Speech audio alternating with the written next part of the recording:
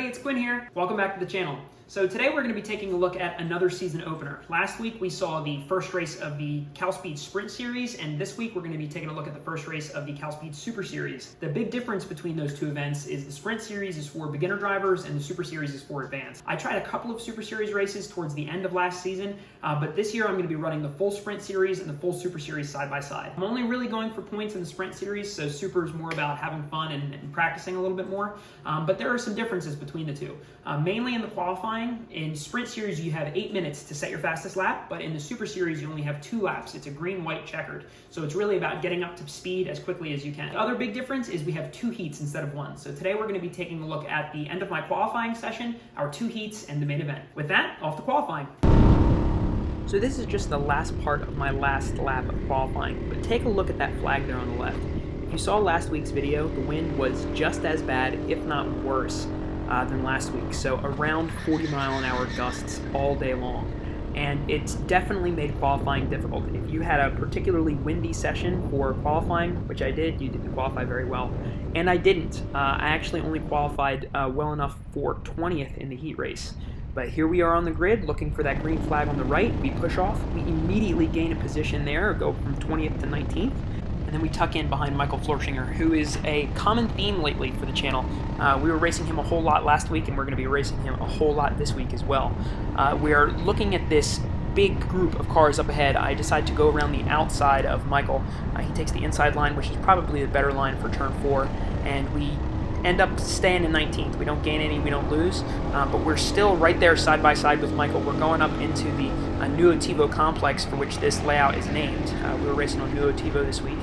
Michael takes the dominant position as we exit. I get a little push from the rear. It pushes us out wide. We gain 1 position and lose 2 for a net 20th, but we've got these 2 cars on the inside, and they're going to make my day a little bit worse. They're both going to head up through my inside, and that's going to end us up in 22nd position, so we are down 2 from our starting position. I really, really hate finishing behind where I started, so I'm definitely seeing the red mist. You can see we are going side by side. I'm desperately holding on to this position, but we just don't have it. We don't have the pace that we need to get back around.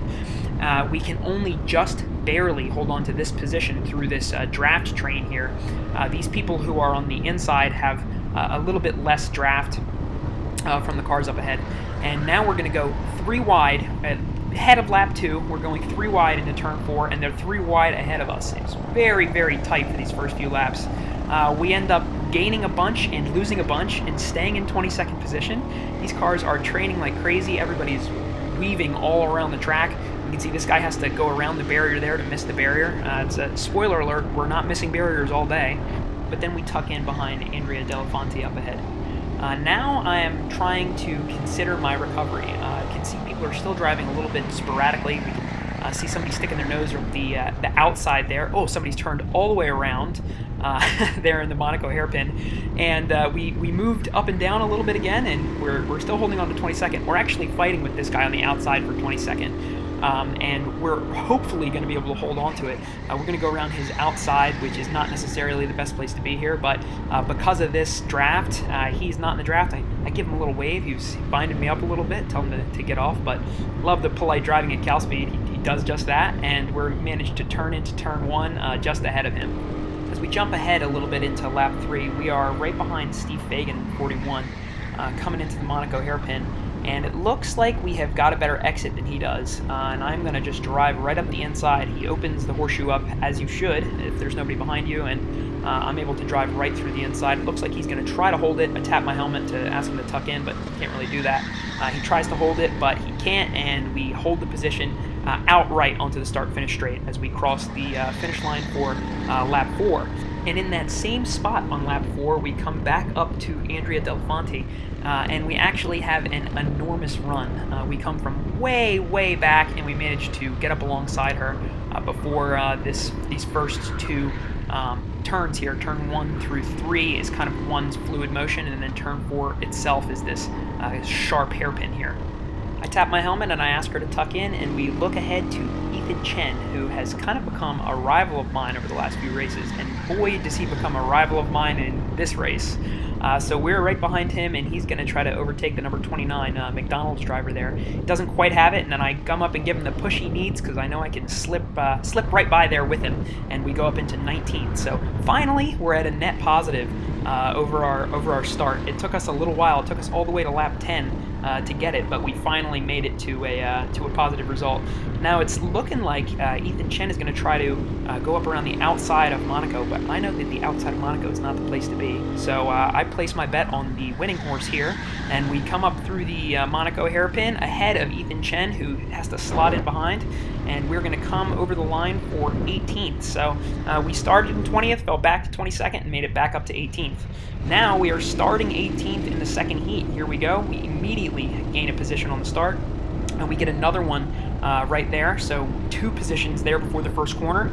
And then as we approach the first corner, we've got Vince Zua right ahead of us, and then Jacob Reese is on our left. Jacob Reese is a really good friend of mine, and so is Vince. But we have to do Jacob a little bit dirty there and overtake him into turn 4 on the first lap, and we are all the way up into 15th. So just a few corners later, and we have already made up 3 positions off of our starting position in 18th. Now we're in the train. We're looking for any pass we can find, and we're going to slot right back in behind Vince, and then he bails on me, leaves me out in the air with no draft. I can see Joey Andrews there, so we go up. There's a lot of commotion, and we end up gaining another 2 positions in that drive through Monaco hairpin. And as we come around the horseshoe, we have a great drive out of the hairpin, and we're going to get another 2 around the horseshoe. So on this first lap, we went from 18th to 11th. We're going to cross the line here at the end of lap 1 in 11th position. So that's 7 up so far. Now coming back into Monaco on lap 2, we find ourselves behind Mike Gonzalez. He looks to the right to see if anybody's there, doesn't see me, opens it up, come up the left. Oh, you can see the pain through his visor.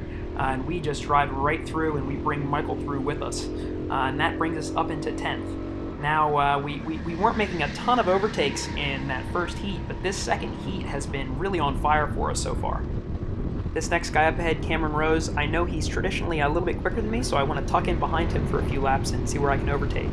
And that's just what we do. We're going to jump up ahead to lap 5 here. I'm still right there behind Cameron, and here's another good buddy of mine named Albert Ye.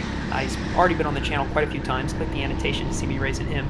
But we're going to have to do him dirty too. We follow Cameron right through the Long Beach hairpin, and somebody's trying to overtake us up there on the inside, but this strong headwind on this start-finish straight does not allow any overtaking on that start-finish straight, hardly at all. So we're going to hold on to it. And now I look, ooh, he makes a little mistake. I try to put it up on the inside of Cameron, and I don't think he sees me, and oh man, we hit the barrier, and PVC explodes all over the place, and I lose a whole ton of space. We skip ahead another lap to lap 7, and we're back up behind Cameron. We're right on him, we're pushing him through the horseshoe, and I'm really looking for a way around him. It's been a few laps now, and I know that I'm better through Long Beach. Typically, I get a better exit, so I set it up real carefully. I make sure I get a great exit. I know I said don't try to overtake in the headwind, but we had so much delta on Cameron that we can make it right up alongside him, and we're going to take 8th place on the way into turn 1. There we've got it. We're going to look back up ahead, and now we've got Evan Lawrence, but we sneak past him on the end of lap 8. We're going to go right up here to lap 9 for our last overtake of the race. As we approach the line, now we're in 7th, passing Evan last lap. We're going to, as we cross for the last lap of the race, we're going to pass Jose de Silva. And Jose de Silva has always been definitely one of the people that I looked up to at CalSpeed, so always feels great to beat your heroes.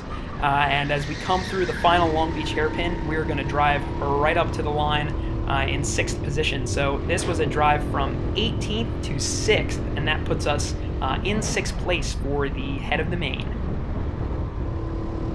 Here we are on the line in the beautiful windy Fontana afternoon, and we are about to launch from 6th. We can see the lead, and we are gunning for it. We push off with that foot there, but we are not going to gain any positions here on the start. We're going to stay in 6th.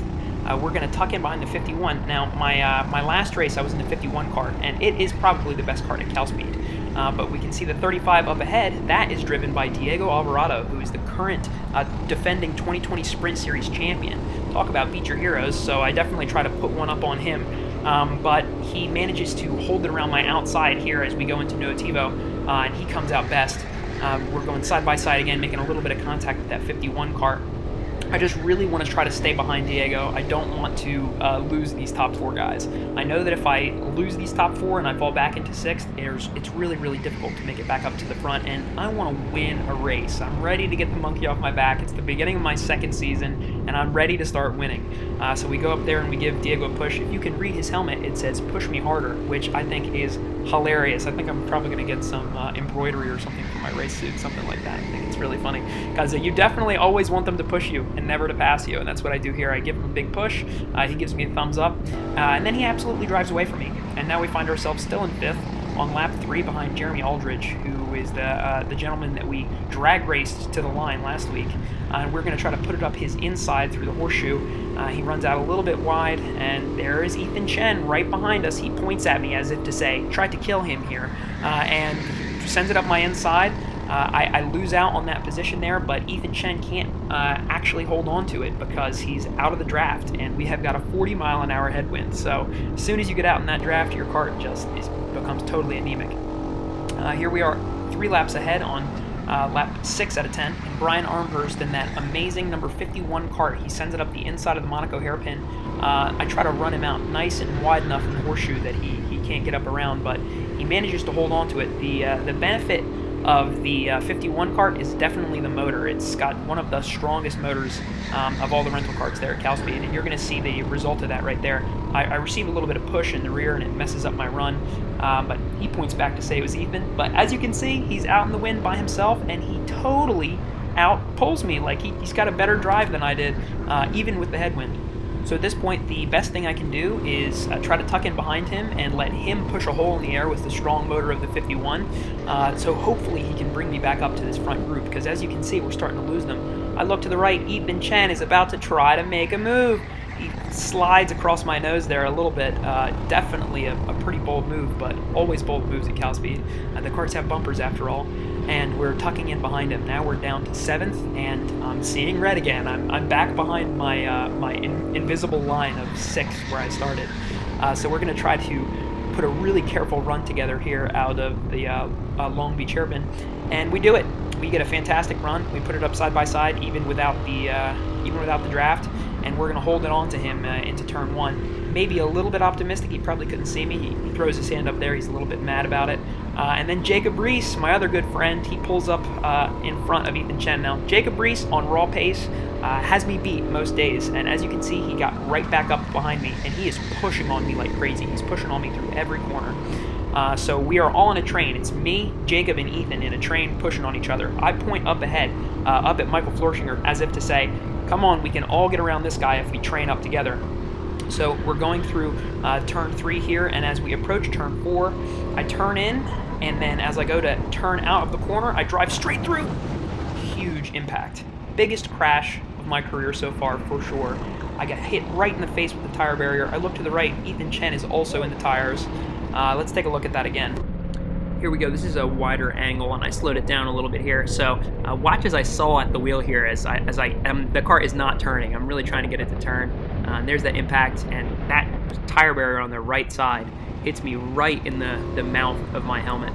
This is the rear view. You can see Jacob Reese pushing us right in. That whole train was pushing us right into that barrier. Nowhere to go. Make sure to subscribe for the neck pain. What happened? Are you okay? Yeah, I'm fine. My hand fucking hurts. What happened? It's okay. You got a GoPro. You can look at it later. You're good, sure. right? Yeah, I'm cool. I'm the wild one. Okay, he's right here. All right. I'm okay. I'm all right. I'm a good one. You got a left there. You almost killed me. You came pretty close. I think you owe me a beer. So here's my helmet.